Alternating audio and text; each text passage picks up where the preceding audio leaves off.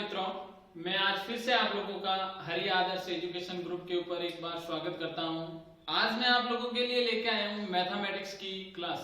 Mathematics की class का ये 4th पार्ट है और मैं आपको पहले ही अच्छे से बोल दूं कि आप लोगों को यहां तक का या ये वीडियो अगर अच्छे से समझना है और अगर कोई व्यक्ति या कोई भी बच्चा नया है इस चैनल के ऊपर तो वो पार्ट 1 से लेके पार्ट 3 तक देखें और फिर पार्ट 4 को देखें ताकि आपको अच्छे से ये चीज समझ में आ सके।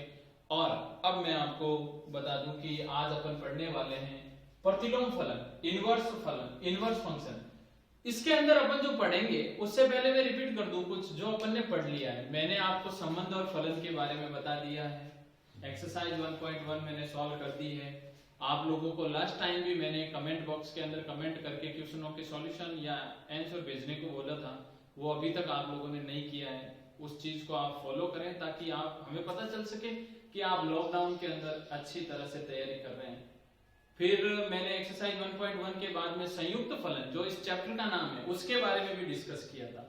संयुक्त फलन क्या होता है वो मैंने आपको अच्छे से समझा दिया था।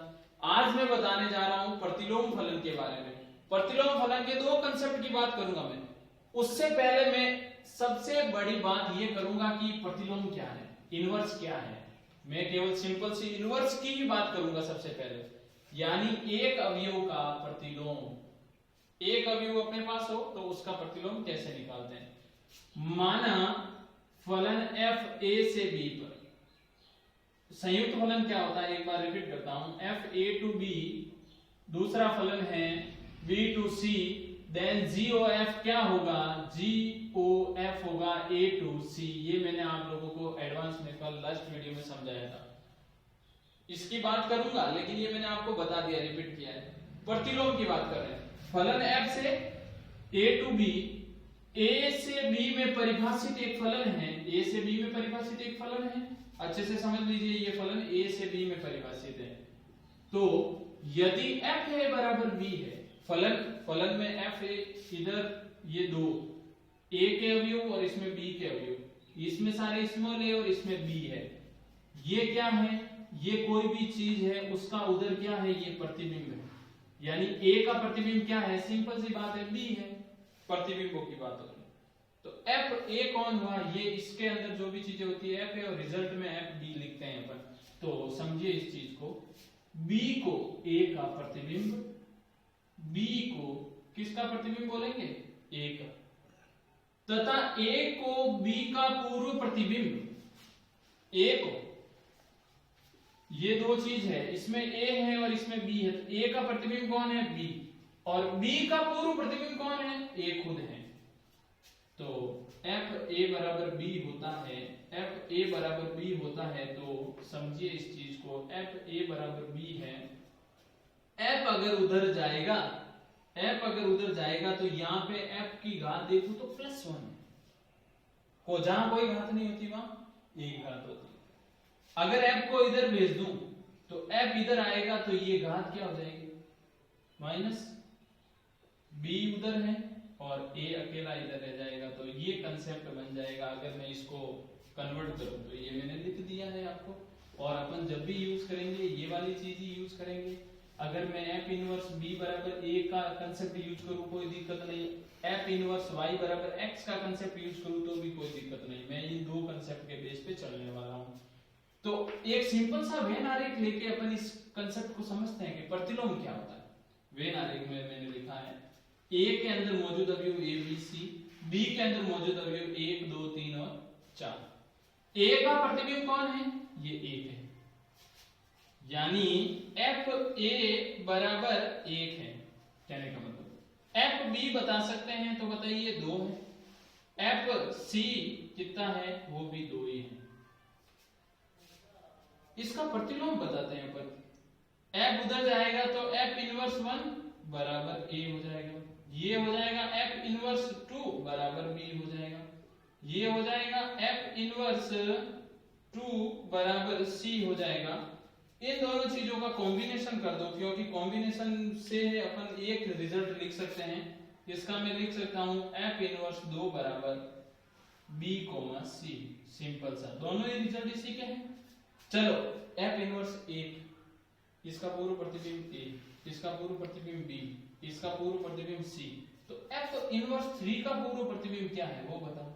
ये फाई है, क्योंकि जहां पे कोई प्रतिबिंब नहीं होता वहां पे अपन क्या लगाते हैं, फाई। एफ इनवर्स 4 का प्रतिबिंब क्या है वो भी क्या लिखेंगे, फाई। तो उम्मीद कर रहा हूं आप लोगों को प्रतिबिंब का कांसेप्ट अच्छे से समझ में आया होगा कि प्रतिबिंब कैसे निकालते हैं, सॉरी प्रतिलोम का कांसेप्ट आपको समझ में आया होगा, प्रतिलोम कैसे ज्ञात करते हैं और प्रतिलोम होता क्या है। एक और एग्जांपल है, एग्जांपल में ध्यान देने लायक क्या चीज है, ए की लिमिट दी हुई है, ये बी की लिमिट है, फलन f a से b पर है, तो पहला मान a का रखूंगा, a का रखने बाद रिजल्ट मेरे को b का मिलना चाहिए। fx बराबर जहां पे x स्क्वायर है, अगर मैं f1 रखूं, सॉरी f0 से शुरू करूंगा, 0 रखूंगा तो ये 0 का स्क्वायर यानी क्या हो जाएगा, 0 हो जाएगा। अगर मैं 1 रखूं तो 1 का स्क्वायर कितना होता है, 1। अगर मैं 2 रखूं तो 2 का स्क्वायर कितना होता है, 4। अगर मैं 3 रखूं तो 3 का स्क्वायर कितना होता है, 9। अब समझिए इस चीज को कि क्या यहाँ पे मैं बताना क्या चाह रहा हूं, मेरे को चाहिए प्रतिलोम समझाना है आपको। f0 बराबर कितना आया, 0। f1 बराबर कितना आया, 1। f2 बराबर कितना आया, 4। f3 बराबर कितना आया, 9।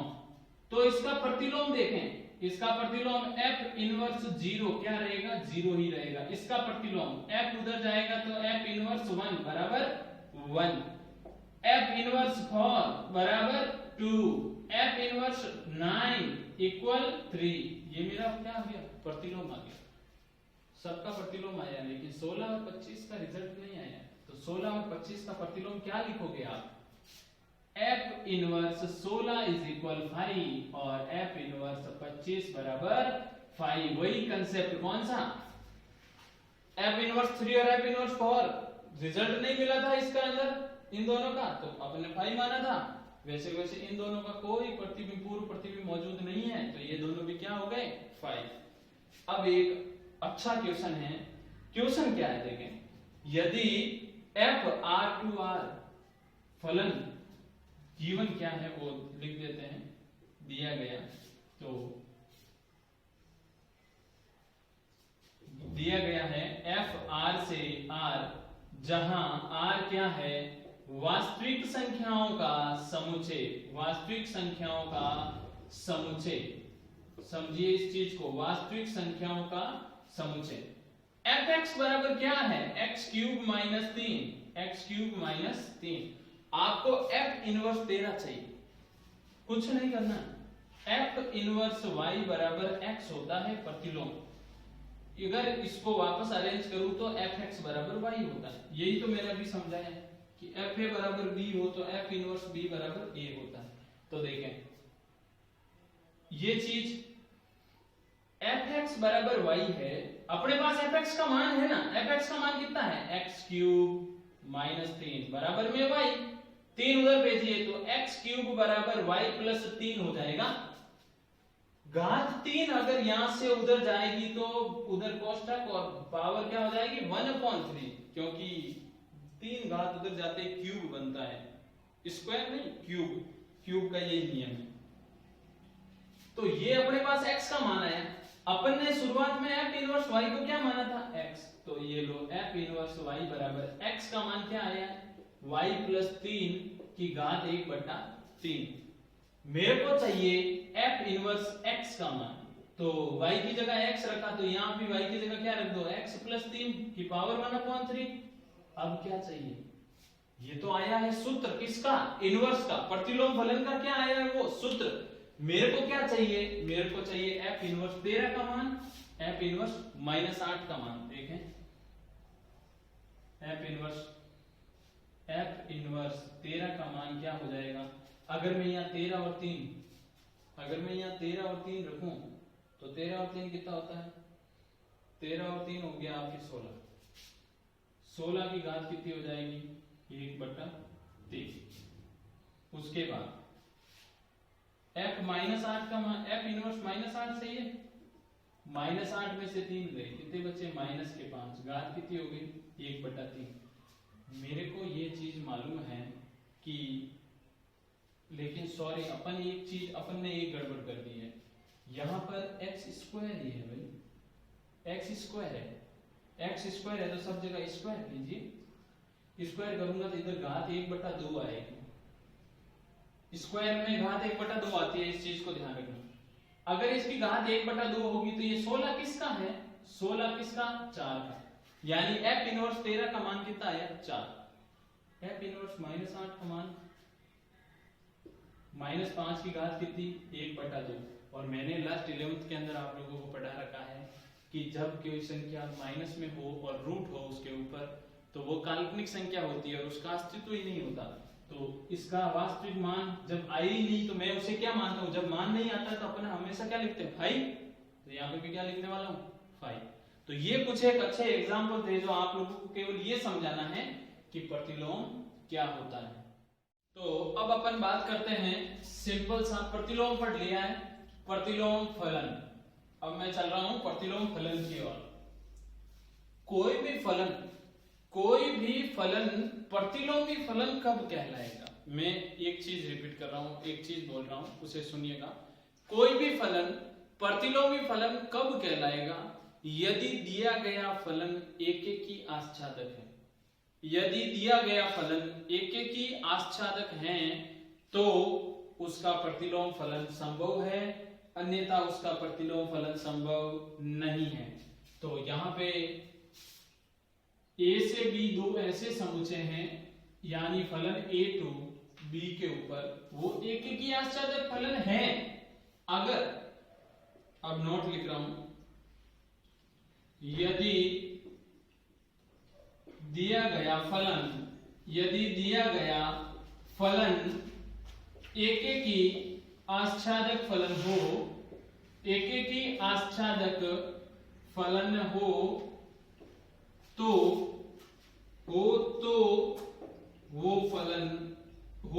उस फलन का प्रतिलोम फलन संभव है, तो उस फलन का प्रतिलोम फलन संभव है, अन्यथा नहीं। इस चीज को ध्यान रखें, अन्यथा नहीं का मतलब अगर वो एकेकी आच्छादक नहीं है तो उसका प्रतिलोमी फलन भी संभव नहीं है। तो एक फलन है f a से b के ऊपर, ये एक एकेकी आच्छादक फलन है।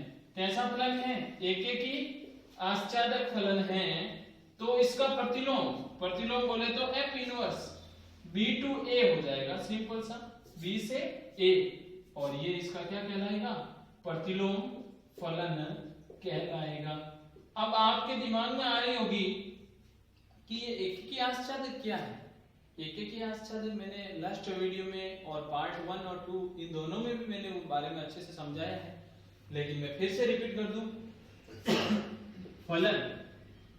फलन मुख्यतः मैंने आपको समझाए थे कि फलन कितने प्रकार के होते हैं, कितने प्रकार के होते हैं। देखें, फलन मुख्यतः 4 मैंने आपको समझाए थे। एकेकी फलन,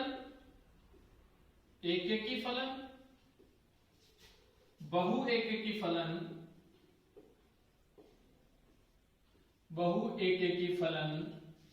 एकेकी, बहु एकेकी, आच्छादक फलन एवं अंतःक्षेपी फलन। इन 4 फलनों का मैंने आपको अच्छे से इनके बारे में जानकारी दी थी और समझाया भी था। फिर से रिपीट कर दूं ताकि आपके प्रतिलोम फलन का कंसेप्ट पूर्णतः क्लियर हो जाए। एकेकी फलन, ये a के अवयव, ये b के अवयव, ऐसे कैसे मैं 4 डायग्राम बना रहा हूं, a के अवयव, b के अवयव, ताकि आपको ये पूरा कंसेप्ट क्लियर हो सके। तो a के अवयव और b के अवयव, इसमें अवयव है a b c d, 1 2 3 4, a b c d 1 2 3, a b c d 1 2 3 4 और 5, इधर डी कम कर देते हैं, a b c d 1 2 3 4 और 5, ये मैंने कुछ नहीं लिखा। फलन f सबके लिए। अब क्यों है ये एकेकी फलन, प्रत्येक एक अवयव का एक अवयव से संबंध हो तो वो फलन कौन सा होता है, एकेकी। इस बात को अच्छे से समझ लीजिएगा। तो एक एक अवयव का एक एक अवयव के साथ संबंध है, मतलब a,1 b,2 c,3 d,4। अगर मैं इस फलन को लिखना चाहूं तो ऐसे लिखूंगा, एक एक अवयव का एक एक अवयव के साथ संबंध बन रहा है, एक एक ही फलन, ये 1 2 3 और 4। अब इसमें क्या अंतर है? इसमें यही अंतर है कि इसके दो अवयवों का उधर के एक अवयव से संबंध है, तब इसलिए इसका नाम क्या हो गया? बहुएकेकी। तो अगर मैं इसको लिखना चाहूं तो कैसे लिखूंगा? a,1 b,2 sorry b,1 c,2 and d,3। इसी कारण ये बहुएकेकी फलन है। आश्चादक फलन की विशेषता क्या है? आश्चादक फलन देखिए, एक एक अवयव का एक एक अवयव के साथ संबंध, और इधर है d और इधर के साथ संबंध है, सेम दोनों में एक ही प्रोसेस है। तो ऐसा क्या रीजन है? आश्चादक फलन की विशेषता यही है कि a के अवयवों का उधर क्या है? प्रतिबिंब। इधर कोई अवयव छूटना नहीं चाहिए, इसमें जो भी अवयव मौजूद है उसमें से कोई अवयव छूटे नहीं, सबके साथ क्या होना चाहिए? संबंध बढ़ना चाहिए। तो ये आश्चादक भी है, इस चीज को ध्यान रखें। आश्चादक होने का कारण कोई अवयव b का छूटना नहीं चाहिए, तो ये है रीजन इसके आश्चादक होने का। अंतःक्षेपी फलन देखिए, एक अवयव बाकी रह गया, इसमें 5 का संबंध यानी 5 छूट चुका है। अगर कोई अवयव b का अवयव छूट जाता है, b का अवयव छूट जाए तो फलन अंतःक्षेपी हो जाता है, तो फलन अंतःक्षेपी फलन होता है। इस चीज को ध्यान रखें, अंतःक्षेपी फलन होता है। तो उम्मीद कर रहा हूं आप लोगों को फलन के बारे में अच्छे से वापस समझ में आ गया होगा। मैं कहा था प्रतिलोम फलन के ऊपर। प्रतिलोम फलन कब कहलाता है? जब दिया गया फलन एक एक ही आश्चादक हो तभी वो प्रतिलोम फलन होता है। देखें, जैसे एक फलन है a2b, इसमें है abcd, इसमें है 1 2 3 4। क्या कह रहा हूं मैं उस चीज को समझिएगा, 1 2 3 और 4 ये फलन है a2b। फलन कौन सा है? a से b के ऊपर। फलन कौन सा है? a से b के ऊपर। क्या ये दिया गया फलन जिसमें एक अवयव का एक अवयव से संबंध है, क्या ये एक एक ही है या नहीं है? बिल्कुल है एक एक। एक एक का कंसेप्ट देख लीजिए। क्या ये दिया गया फलन आश्चादक है? क्यों है आश्चादक फलन? जब b का कोई अवयव नहीं छूटे। क्या इसमें b का कोई अवयव छूट रहा है? नहीं छूट रहा है। इसका मतलब ये एक एक ही के साथ क्या है? आश्चादक भी है। अगर ये फलन एक एक ही आश्चादक है तो इसका F इनवर्स भी संभव है, यानी F इनवर्स B2A हो जाएगा। तो अब इसी प्रकार आप लोगों के लिए मैं नेक्स्ट वीडियो में बात करूंगा प्रतिलोमी फलन के प्रांत, परिसर और सहप्रांत की। तब तक आप इस पूरे कंसेप्ट को अच्छे से समझें और अच्छे से देखें, और वीडियो को एक बार नहीं, 2 बार नहीं, 3 बार नहीं, जब तक समझ में नहीं आए तब तक वीडियो को बार बार देखें, ताकि पूरा कंसेप्ट क्लियर हो सके।